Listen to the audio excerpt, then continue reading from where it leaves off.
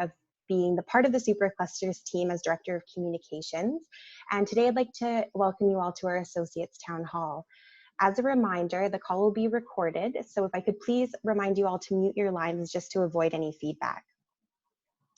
As the majority of our Supercluster team is based in Vancouver, British Columbia, I would like to acknowledge that we are gathering today virtually on the traditional lands of the Musqueam, Squamish, and Tsleil-Waututh Nations. And before handing things over to Bill Tam, our co-founder and chief operating officer of the Digital Supercluster, our goal today will be to host an engaging and informative session. So if at any point during the call that you have questions, we ask that you please type them into the chat box. And as the questions come in, we will pause periodically and address them by calling your name and asking you to unmute yourself. So thanks everyone, and with that over to you, Bill. Thanks, Kaylee, and hi everyone. Thanks for joining today. So Annika is actually going to drive a screen and presentation, but what I'll do is, first of all, you know, I think this is really an opportunity to welcome new associates and those that are learning more about the Supercluster, how to engage. Our hope is that this will spark a whole bunch of conversations that we can have going forward that will help you to participate in the Supercluster, but also build relationships among each other that I think are going to serve you well as you build out your businesses. So what we'll do through the course of the next hour is we'll go through various sections of this presentation. I'll pause for some questions and make sure that we can address them. So as Kaylee mentioned, just type those into the chat box. That'll give us a chance to kind of keep a running queue. The other thing we'll do is give everybody a chance to kind of introduce themselves. So just get ready at some point if you are interested in raising your hand and maybe saying a few words about yourself and your organization. Please let us know that as well, and it'll be a chance for us to use this as a medium.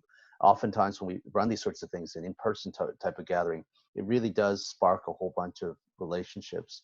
We're doing this on a virtual basis, so hopefully the ones that we've done so far, we've seen that happen. So magically, video and sort of virtual meetings still creates that kind of intimacy that we're looking for. So maybe with that, let's move into the presentation. If you wouldn't mind advancing the slide, Annika. So I'll give a little bit of background as to how Superclusters got started, and then I'll dive into what makes our Supercluster and what it is that we're focused on. I think if we go back probably about three and a half years ago, the government of Canada was looking at how we can improve the performance of our innovation scorecards in the country. And if you take a look at the left-hand side of this, the OECD's ranking of Canada from an innovation standpoint was not a great outcome, 12 out of 16. I think we all recognize that we have some great innovators in this country, but the vast majority of our companies are small. Quite a number of them have difficulty scaling, and quite a number of them can't make it past sort of the 5-year mark. And so overall, I think there's an impetus for us to try to draw closer connections between the customers and the industries that need the innovation, and the startups and the entrepreneurs and many of the tech companies who are building it, and to create a better outcome. Next slide, please. So, you know, for us, I think the thesis all revolved around the rise of data and the emergence of the fourth industrial revolution, a concept I'm sure is very familiar to many, if not all of you. I think that the reality is that we're seeing the onset of new technologies that are going to shape the future of the economy, and that the pace at which this is developing is much faster than we've seen in previous industrial revolutions. It's driven by AI, quantum computing, robotics, and a whole host of other things that are going to be the prerequisites for the industries that we have and how they succeed and how they win. Next slide, please. So the global data opportunity is one that we spend a lot of time looking at. I think that, you know, it's quite obvious that data has become the resource of choice in this new economic era. More data has been created in the past few years than the entire previous history of the human race. You know, the internet traffic levels, especially now that most of us are working from home, has increased substantially. And I think quite a bit of it is driven by the interconnectedness of not only people, but also industrial Internet of Things, devices, and all of this is creating larger and larger pools of data from which we can draw upon to further sort of the businesses that we're operating. Next slide, please. I think the recent study showed that the entirety of digital transformation. Can you go back a slide, please, Annika? So enterprises are projected to spend over $2 trillion on digital transformation. I think that pace is even more accelerated. This was data that we found last year, but given what's been happening with COVID pandemic, I think the pace of digital transformation is going to accelerate even more. Next slide, please. So as backdrop, the Digital Supercluster is one of 5 initiatives that the Government of Canada has funded. We look at digital technologies that can have impact across a variety of different industry sets, but we also have colleagues that are focused on the protein industry, so in the agricultural segment based in the prairies. We have partners in advanced manufacturing in a supercluster that's based in Ontario. Scale AI is a supercluster based in Montreal, focused on supply chain, artificial intelligence, and Ocean Supercluster is based in Atlantic Canada, and they're focused on ocean technology. Next slide, please. So for us, I think it ultimately is about taking advantage of the data revolution, unlocking the potential of what we see as the innovations across Canadian companies, assembling a new concept of teams, collaboration teams. And this whole idea is to accelerate the path to new products and bold solutions. Next slide. So everything that we do is founded on a core set of values. And so by being part of the supercluster, you all executed sort of a participation agreement, which really enshrines this charter of values across everything that we do and how members and associates work together. This is really important because this collaboration exercise is new. It's quite new, I think, for the Canadian context. It's an area where, you know, we're trying to translate what would have been an individual sport in building innovation into a team sport where you can bring the best and the brightest expertise into the frame. And so these values is what underlies the majority of the things that we do. Next slide. So ultimately, I think the goal that we have, and shared by many of the other superclusters, is ultimately to develop, you know, new products, new platforms. These will lead to global competitiveness, new company spinouts. You know, the second area is to build really strong partnerships, relationships with customers, partnerships with other co-development partners, alliances with post-secondary institutions.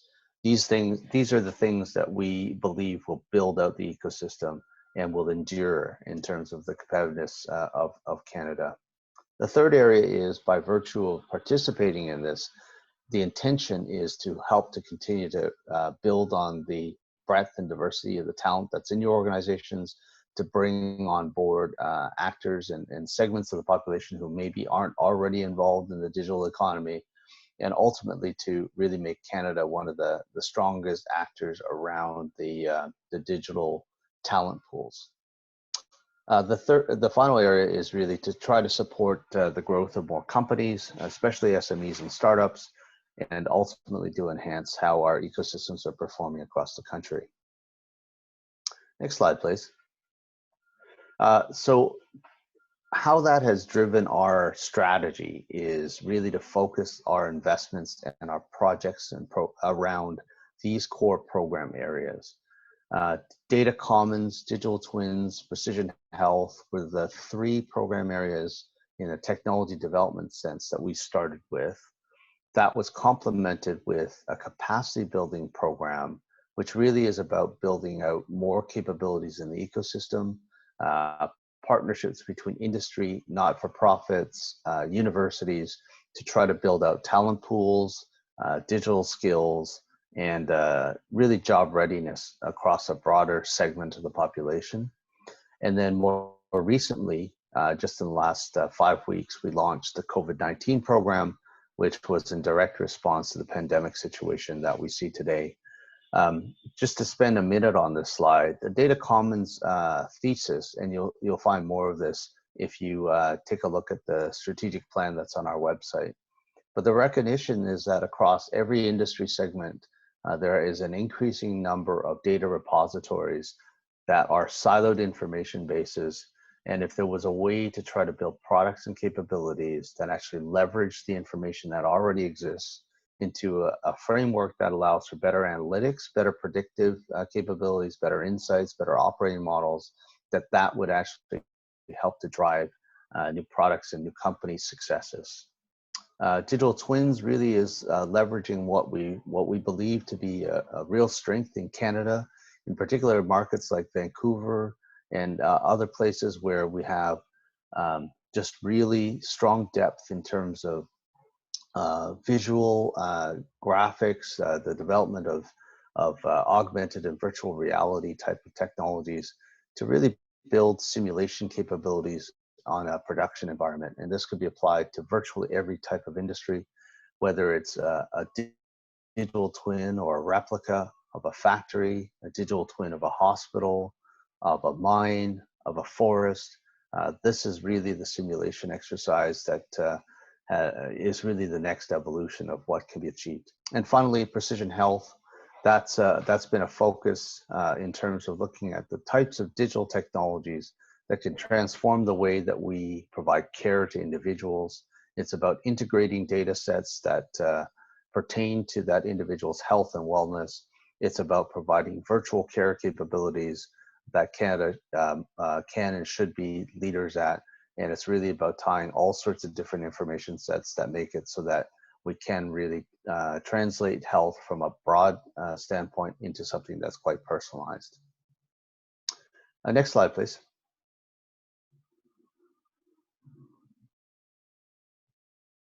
So maybe on this slide, I'll just talk through this and then I'll pause for some questions. So far in the 18 months that we've been operating, we now have investment commitments in about 30 projects, and there's more that are coming through as a result of our COVID-19 program. But in general, all of our R&D projects have been decisions we've made through a competitive selection process. They are all industry-led innovations. Industry-led meaning that there's not only sort of tech companies that are industry players, but there are in most cases sort of customers or receptor capacity that is part of that R&D effort. It leads to what we define as a collaborative project consortium. We'll talk a little bit about what an ideal model looks like for that. But in all cases, there's a collaboration piece on it. It's not about funding individual companies. It's about funding collaborative projects. How we invest is to match co-investment alongside these industry investments. And there are varying levels of our co-investment percentages depending on the type of program that we're investing in and the type of project. And in general, projects are, they can run from typically 1 year up to 3 years. Multi-year commitments are really based on milestones and based on the duration of the time that it takes to actually get the product development activities achieved. So why don't I just pause there and let me just ask Kaylee if there are any questions on the board. Hi, Bill. No questions right now. We just have quite a few excited associates to introduce themselves. Shall we go there? Shall we allow some people to introduce themselves? I think so. To kick things off, I'll ask Devin Brooks, CEO of Sphere, to please unmute your line and say hello. Right as I'm sipping my cup of tea. It's really a pleasure to be with you today. I am Devin, CEO of Sphere, and I'm joined by our tech lead, Don Brooks, today, who's somewhere in one of these screens. And we have a multi-sided marketplace platform experience that's aimed at democratizing personal and professional coaching. So we're really looking at moving from reactive care, which is really served by therapy, counseling, treatments, and diagnosis, to proactive well-being and growth through personal and professional coaching. Thank you so much. Awesome. Great to see you, Devin. Just looking down the line, I'd ask Murray from Nature Robotics to unmute yourself and say hello. Hello. Our company's in Nature Robotics. We make robots that work outdoors. The problem, I guess, with current water sampling techniques is that they only give you discrete locations of sensor data. And what our solution does is the robot basically transports sensors to various locations, samples the data, stores and transmits it. And this saves time and money for companies that are required by law, usually to prove that they're not polluting. Great to meet you, and thanks for being on the line today. Thank you. Moving down the line, Patrick Lauzon, the VP Board of Directors at the Verna J. Kirkness Science and Engineering Education Program.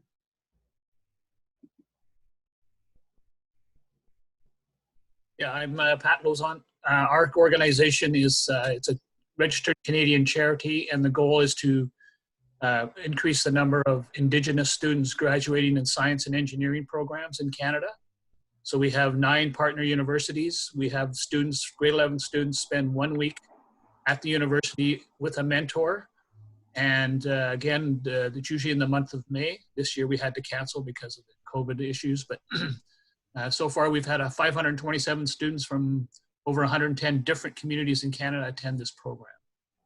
So like I say, they come, they stay in their university residence, and they mentor with a researcher, and they spend a week in their lab. So again, we're hoping to encourage more Indigenous students to finish grade 12 and also to go on to science and engineering programs. That's what we do. That's wonderful. Lots of diversity here on the line today. We'll just keep going down. Lindsay Monderman from Punch Card Systems, if you could please unmute your line. To meet everyone and learn about all your super interesting projects. I'm sorry to say that our managing partners from Punch Card couldn't make the call today, so I'm representing the team. We're based in Edmonton, and we're a sort of a startup as service company, so we consult with clients to help them find digital solutions and platforms that they need to transform and move their business forward. So we do a lot of development work on websites and apps, and we'd like to sort of start to move into that larger machine learning piece and hopefully partner with some groups on that kind of work. So we're really excited to get to know other members of the Supercluster and be a part of this great initiative. That's great. Thank you so much, Lindsay. I think we'll take 2 more, and then we can continue on with the presentation and come back to do a few more introductions. So I just asked Sean from Boreal Wellness Centers if you can unmute your line and say hello. Sure, thanks, Kaylee. Boreal Wellness Centers is a mental health clinic based in Yaletown. And while we do individual therapy, we were created to offer group therapy as a way to assist people with anxiety, depression, and trauma who needed something more than individual work. And then starting last year, we were adapting some of our group programs to be delivered through video conference, through virtual. And so we've been doing that with all of our programs as a way to increase access to appropriate levels of care for folks that may live in areas that aren't as well served. Thank you. Lots of health and wellness projects and partners here, which is great to see. And I'll just take one more from Neville Dubosh from the Canada Research and Development Corporation. Hi all. Sorry, that's Coanda Research. Oh, I'm sorry. My apologies. Coanda. Yeah. Hi. Yeah, we're engineering research and development firm. We work with others to help them solve their kind of complex industrial problems. We use a range of physical modeling, numerical modeling, to help them develop new technologies, deploy them in kind of an integrated sense, from custom instrumentation, software solutions, and new process controls. That's great. Thank you, Neville. And thanks for everyone for volunteering. I'll pass it over to Bill and Annika to continue on with the presentation. Yeah, it's great to have such diversity on the call, and that's one of the things we celebrate at Supercluster is lots of different expertise areas, lots of interesting projects as a result. I talked a little bit about our investments, and what I'd like to do now is kind of talk a little bit, next slide please, talk a little bit about how it works in the community, how projects are formed, and then some of the models that we've got in terms of how collaboration can be pursued. Thank you, all of you, for signing up as associates. There are two different types of members in our community. There are members and associates. The difference is that the members are the ones who have successful projects. They're the ones who now are kind of driving towards success in their product development efforts. They're also the ones that form the board and the governance of the supercluster. They drive the strategy, and they're also making explicit commitments in terms of their investments into projects. And that's what allows us to get the matching dollars in order to help them achieve their goals. Associates is really sort of a free join level, which you guys all know is really a way to explore what's possible, to find partners, to receive value through these new relationships, and hopefully get involved in a successful project. So that's really the bulk of the community. Next slide, please. So today, I think we have close to 600 organizations that are part of our supercluster. You see on the right-hand side, those are the ones that have moved to a full member status, but in general, there's about 10% of all of our members that are full members today, but all the rest are part of our associate pool. We've got representation across different types of organizations, startups, mid-sized companies. We've got large Canadian companies that are both tech companies as well as customers. We have multinational organizations, universities and research organizations, not-for-profits, government agencies. And so with that breadth of capability, that's what leads to quite a bit of innovation. Next slide, please. So our members are distributed now across the country, thanks to those from Alberta, Ontario, and out east in the Atlantic provinces for joining on this call today. It's really great to see that we're getting more and more resonance with more members that are coming from other parts of the country. Next slide, please. So one of the things that we try to do is get our associates and our members engaged in lots of events, to make connections, to provide the resources to help you succeed.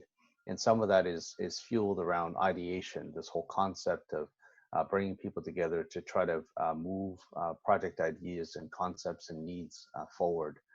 So obviously the events that we're doing now are entirely virtual. But at the point in time where we could do more things that are localized in your city, your region, as well as the things that we've done now for about a year and a bit, they have actually led to many of those relationships and those connections that have not only fueled supercluster projects, but they've also actually created business development opportunities outside the supercluster. So it really has been a focus of ours to be a catalyst in trying to forge these new relationships, many of which, like we've seen so far on this call, people are unabashed about introducing themselves and looking for partners. And that's the kind of spirit and that's the kind of culture that we're quite proud has been the defining element of people who are involved with us in this community. Next slide, please. So I talked a little bit earlier about what a consortium or collaboration actually looks like. So this is a bit of a model for you to reference. What we're really trying to do here is look at how we bring together the very best team to create a new product or a new technology platform. So what's important in this exercise is to ensure that there really is a demand side of this. So that's where an industry partner or customer comes in. So that might be, in our case, it could be a natural resources company like a mining company like Tech Resources, or a forestry company like Canfor, or an industrial manufacturing company like Boeing. You know, in the end, there's sort of a demand side of it that says they're going to sponsor this, they're going to invest in the project, they have a vested interest in the outcome, and they want to participate in the R&D. At the same time, there's a technology lead. So it could be one or more companies that are actually building the core part of the product or the platform that's required. They're going to intermix specialized skills from co-development partners that might have elements to contribute to the solution. There might be technical service providers that integrate the solution into various existing frameworks or existing platforms that the industry partner or the customer may have already. And of course, what we're trying to do is also pull forward the post-secondary research so that not only is it something that will be valuable for today, but also has a lens into how it could be made even more competitive into the future by looking at the leading research areas that could be contributed to the project.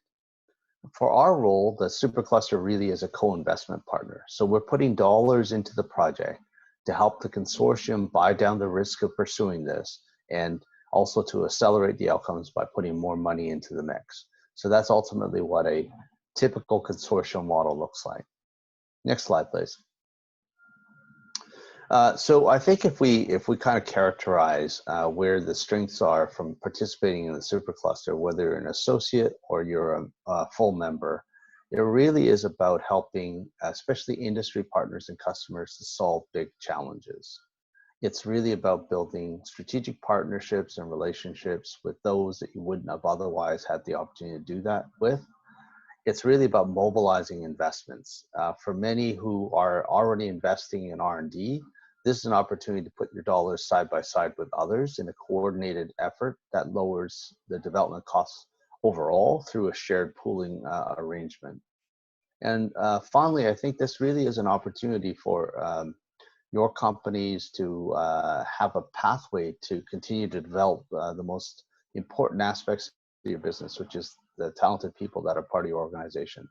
So by being part of this innovation community, not only do they have access to kind of build upon relationships, they also have the opportunity to flex their capabilities and skills in the art of innovation. And I think that's quite important as we've seen people get involved with us.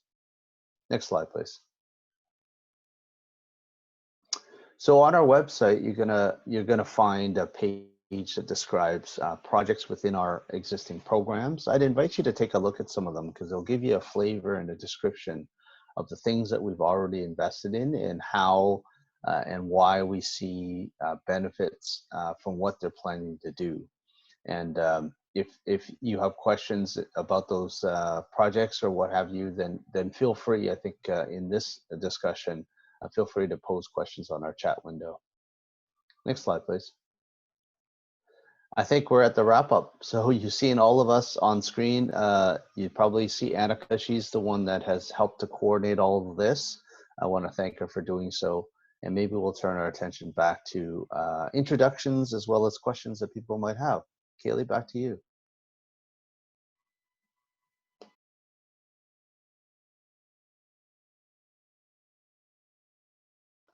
Kaylee, I think you're on mute. Thank you. So question is from Jason Lesage, and it's, how can my organization get involved and how do we get an existing member to invite us to the Supercluster? Hey, Jason. Been a while. Good to see you. Good to see you in a different context. So I think there's two parts to your question. One of the resources that we provide for all associates and everyone who's part of the Supercluster is just access to the resource portal. And so you can go through that, and there may be members that you'd be interested in connecting with. I think some members more than others are inundated with requests. So they've set up a Supercluster at popularcompany.com. And then they can triage across many people that are involved in the organization to try to match there. If there are some specific ones that you're interested in, you can always reach out to us and we'll do our best to facilitate those introductions. So from a collaboration and project design perspective, we often try to ignite and spark that, but then we leave it to the teams to take it from there. The second part of your question is, how do you get invited from a member to be part of the Supercluster? It's actually not the member that does it. It's actually the Supercluster that invites you to move from associate to member. And we're being very, very cognizant of the fact that we want to make sure that you've got a path to success, which is why being part of a project, being part of a successfully chosen and funded project indicates to us, number one, that you've actually found a way to build partnerships with others and collaboration. And secondly, there's already a pathway to seeing where the funding success is. And that way, you're not becoming a member with sorts of fees and contributions without an investment outcome. So being part of a successful project, then we would invite you to become a member. And I think that's how we've designed this. So hopefully that answers your question, Jason. Yeah, I appreciate that. I think we tick a lot of those boxes. Our sector is in the transportation sector, so we're doing the smart autonomous research, big data around transportation for cities, and zero emission vehicles for buses and large transport trucks. So that's this kind of work we're doing right now. Perfect. Thanks for joining us. Kaylee? Awesome. So we have no more questions in the queue. So maybe just as people are thinking, we can continue going down with introductions. Next person I'd like to queue is Tzvi Aviv. If you could please unmute your line and say hello. Yeah, I'm Tzvi Aviv. I founded my company, Dagantech, about 2 years ago in the digital agriculture space. We are using satellite imagery and weather data and other data features to identify what crops are being grown and how much is grown. And right now we have a pilot with a crop insurance company in Indiana, and we're looking at expanding in the United States and in Canada as well. So actually introduction to a company that you mentioned before that is in the resource section could be useful for me. But one of the things that prompted me to join the platform is the interest in COVID-19 and digital platform to look at risk in health, in human health, and not only in crops. And I put a proposal that was declined by the cluster, but I'm still interested in following up with interaction with companies that have employees and would like to use some of our technology.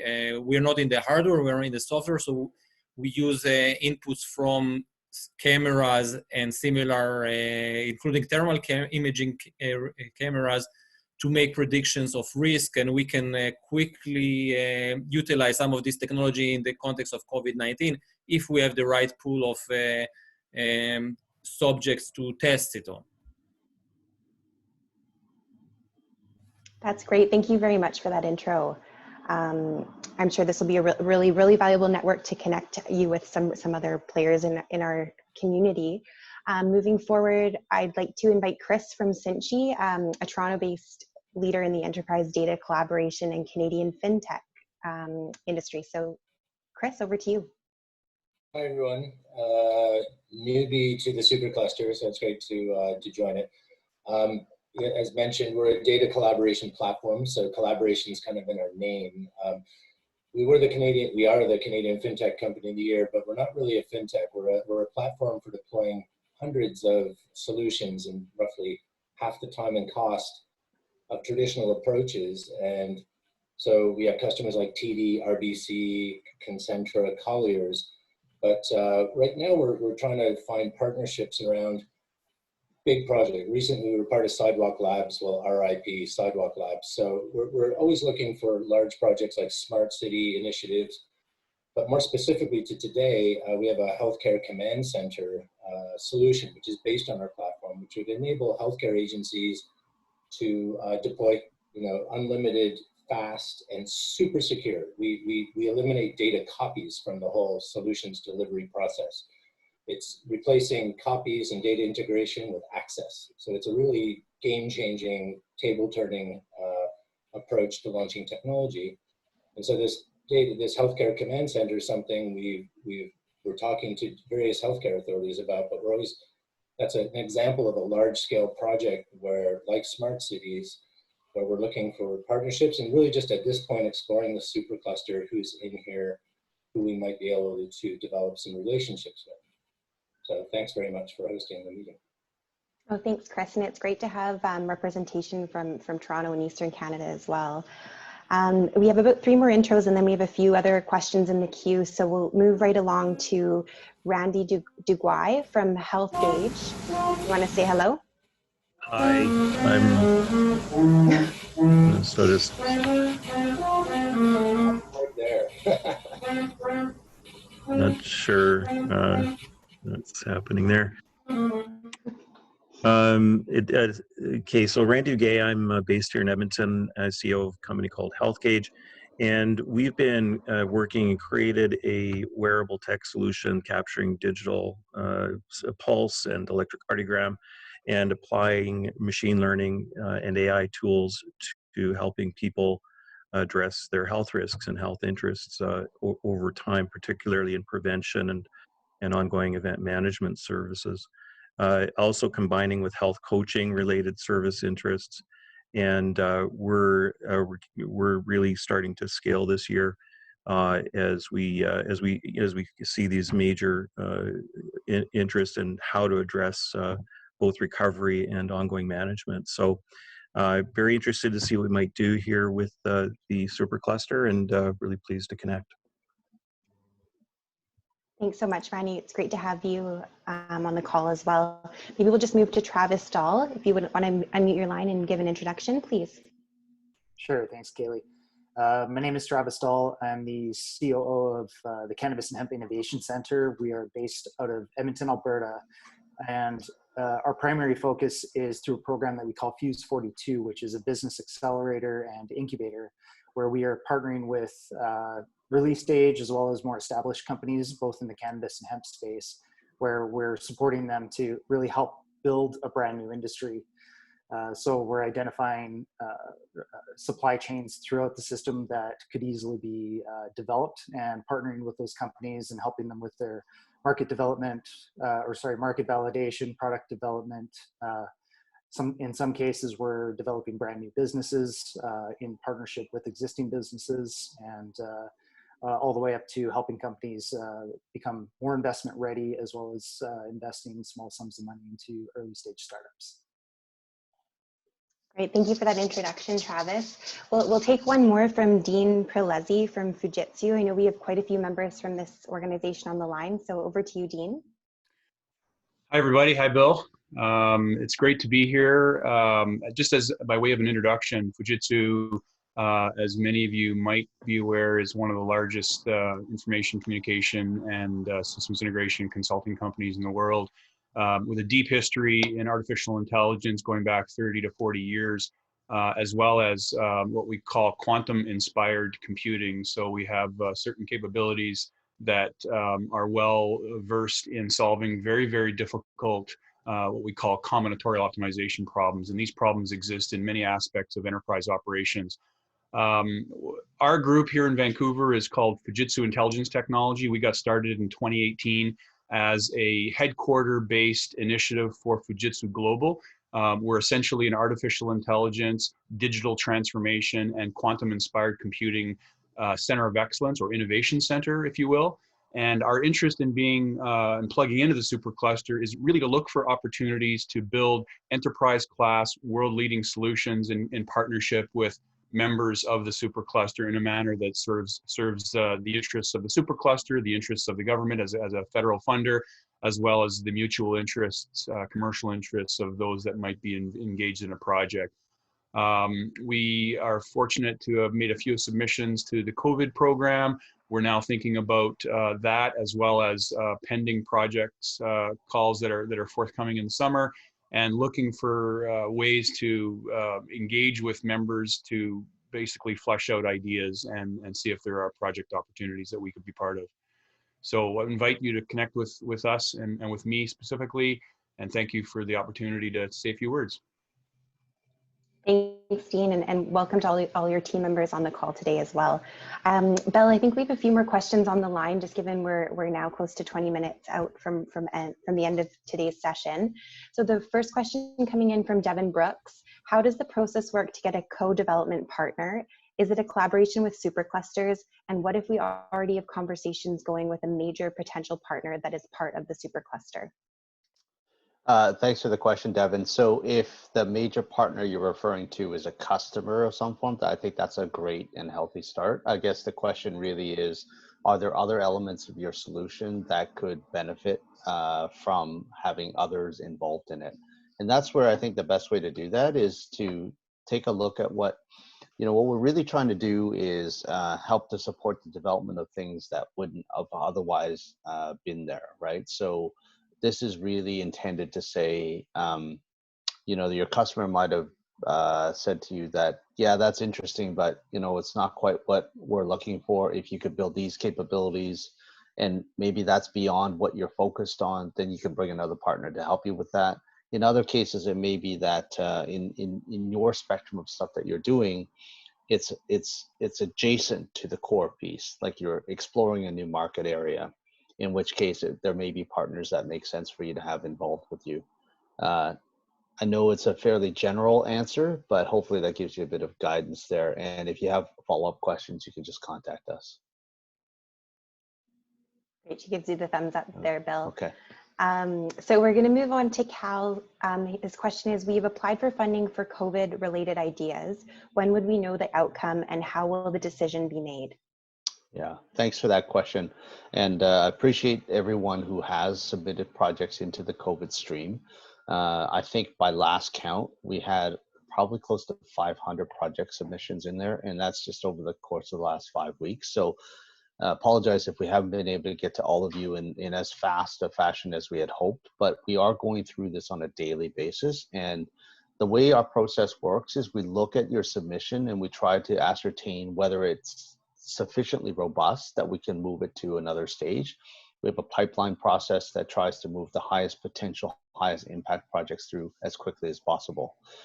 So if you have a project that perhaps still needed some shaping, in other words, maybe you didn't have a customer, maybe you didn't have various solution components, that's probably why it's taken a little longer to get back to you, is because we are just trying to triage the ones that we can move on quicker.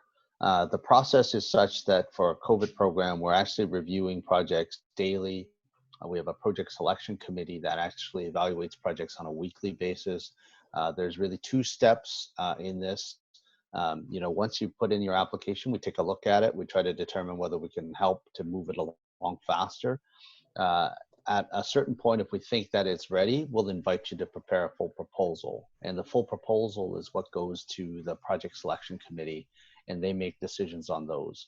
So if you haven't been invited to a full proposal, if you haven't been contacted with respect to having someone coach you, it's just a matter of time that we need to get to the level of where your project is and see if we can actually help to move it along.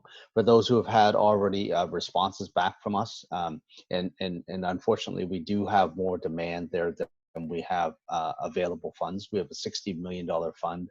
We received asks for over $1 billion. So just to kind of frame the reference point, we're interested in trying to do everything we can, but unfortunately we can't fund everything. So thanks for your understanding of that as well. Great, thanks for that question and answer, Bill. We have a few more introductions that are queued up. If I could pass it over to, I'll pass over an introduction to Adam Saibior, pardon me, from Inverted AI. Apologies if I botched your name there, but if you could please unmute and introduce yourself, Adam. Thank you. It's okay. It's a very difficult name. So I'm Adam Saibior, the CEO of Inverted AI. We are a fresh spin-out from UBC. Based here in Vancouver. We're working on building models of human driver and pedestrian behavior in a data-driven fashion, primarily for applications to autonomous vehicles, but also exploring other potential use cases, most recently related to social distancing monitoring in public spaces. That's great. Thank you so much, Adam. We have another question on the line, Bill, from Randy. Is there some kind of internal coaching role resources within the Supercluster regarding engaging within the process? So we're as a small team, the Supercluster tries to do our best to help facilitate introductions, to help facilitate sort of the ideation pieces, to try to match people best we can. So that's probably what we try to do the best that we can on that. With an increasing number of organizations, what we're hoping we can do is get more of our members to help each other, and then we'll have sort of virtuous cycle of things that will happen. So if there's something very specific you're looking for, then do reach out and we'll do our best to try to facilitate that. I realize that's a rather general answer to your question, but hopefully I got to the net of what you're trying to ask.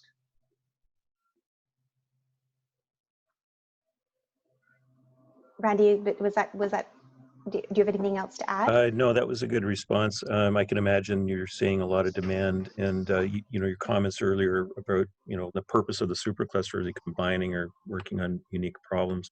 So I think it's a great idea. Maybe there's some kind of a directory or connecting system that you could work on that would help with that. Yeah, great point, Randy. There is actually on the resource portal, there is a member directory that allows you to do some exploration of skill sets. Admittedly, I'll call it it's not even a 1.0, it's sort of a 0.1 sort of release of stuff. Our hope is that we'll have something more interactive in the next few months.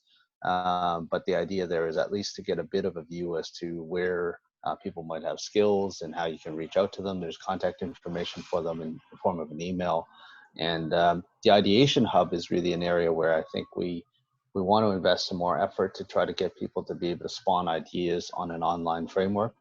We have an ideation hub that's up and running right now. Again, it's a very early release of stuff. We are seeing what we can do to release something that's more robust, but at least that'll get you started on a few things. Thank you. Yep. Really good. Thanks, Randy. Back to you, Kaylee. Thanks, Bill. It looks like there are already more questions in the queue or introductions. Just open the floor. Are there any last minute comments or questions, just given we have 12 minutes left in our session? I thought I saw a question from Devin. Oh, yes. So I didn't have the statistic on hand, but the question from Devin was around curious to know how many Supercluster members are women. So that's a really important question to ask, Devin. Thank you for asking that. So Supercluster members are organizations as opposed to individuals. But having said that, it's really important for us to continue to push on the framework of diversity and inclusion as it relates to participation in projects, leadership on a whole host of things that we have in the Supercluster. So you'll note that on our board of directors, for instance, we have 50% of our board members are women. We try to drive for diversity in every one of our committees with the same sort of balance. What we've seen so far in our project teams and the representation of project teams is that there is a real, it's quite varied. Fortunately, we have strong women representation in the healthcare side. So because we have a balance, it tends to sort of offset maybe more of a male representation on natural resources, as an example, right? So because we have focus on natural resources, healthcare, and then industrial infrastructure, transportation as a third one, I think we have better balance than most, but there's a lot of work to be done there. And I think on the leadership side, when we talk about executive level and CEOs and whatnot, what we continue to kind of look for is how many of them are sort of women-led, and that's why we have a capacity building program. It's really intended to try to build the diversity and inclusion aspects of how leadership in tech companies evolves. Its capability sets. You'll see some projects that were specifically partnered with organizations that have that as their core objective. And it's part of our strategy to try to build up more in the Canadian context around that. Awesome. Thanks so much, Bill. That was the information I was looking to hear. Appreciate it. Thanks for the question. Great. Thanks, Bill. Thanks, Devin. We have a question from Travis Dahl. What does that development program look like, or where can we find more information? I'm sorry, Kaylee, it just cut out there for a moment. Can you repeat the question again? Sure. Sorry about that. So from Travis Dahl, what does that development program look like, or where can we find more information? The development program.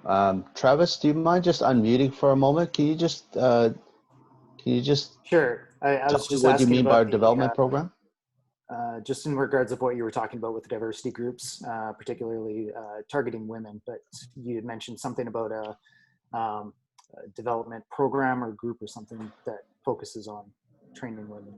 Okay, sorry, I should be clearer on this. So in our capacity building program, that's where if you actually read through the capacity building information that's on our website, we had done a call for proposals back maybe about 9 months ago, and we expect that we'll do more of those. That's where there are projects specifically oriented around how we can develop skills. So it might be specialized skills around things like quantum computing, AI, or in some cases it's very focused on indigenous segments of the population and providing digital skills there. I think we have 8 capacity building projects that you can take a look at on our website, and that gives you a flavor for what we selected. There were more than 50 proposal projects that were part of that original set, of which we chose 8. And so it gives you an indication of some of the areas that we're trying to pilot right now. And hopefully that answers your question, Travis. Okay. Kaylee, any other questions? Nope. I think just one last introduction before we end the call. If Rob Way, if you'd like to unmute your line and just say a quick hello. Hi, thanks, Kaylee, and thanks for the Supercluster staff for putting this on. My name is Rob Way, and I manage innovation for Canadian Special Operations Command in Western Canada. So we're a federal government and Department of National Defense organization that does the full spectrum of special operations. Our interest in the Supercluster is kind of the modernization, digitization of our command, and how we can maintain our competitive advantages. So we partner with a number of different, I guess, innovative organizations around Canada, like the Creative Destruction Lab, Alberta Innovates, and a few others, as well as just individual startups to work on projects that kind of meet our challenges. That's great. Thanks so much, Rob. Great to meet you. So I think that we can end off a little bit early today, so we can give you 5 minutes back in the hour. Just before we close it, we just wanted to say it's so wonderful to have such a diverse group on the line today. We are truly fueled by your energy and excitement around the networking and partnership opportunities with the Supercluster. As a reminder, this call was recorded, and we'll be sending out a follow-up email with the recording, our presentation, and some relevant resources on our website to check out. In regard to the COVID-19 program, please do check our website frequently, as we do update our material weekly. And if you have any questions, please shoot us an email at info@digitalsupercluster.ca, and we'll get back to you as soon as possible. Thanks so much for joining again, and we just wish you and your families a really safe and happy, healthy, long weekend. Bill, did you have any last words? No, I think you did a great summary there, and I just want to welcome everybody again to the Supercluster and many of the familiar faces that were on this call. Thanks for joining. We have high hopes and expectations for you that you're going to bring your best. We're going to see some awesome projects, and we're really going to transform the landscape of which we call Canada. So thanks for doing that. Thanks, Bill. Thanks, everyone. Thank you.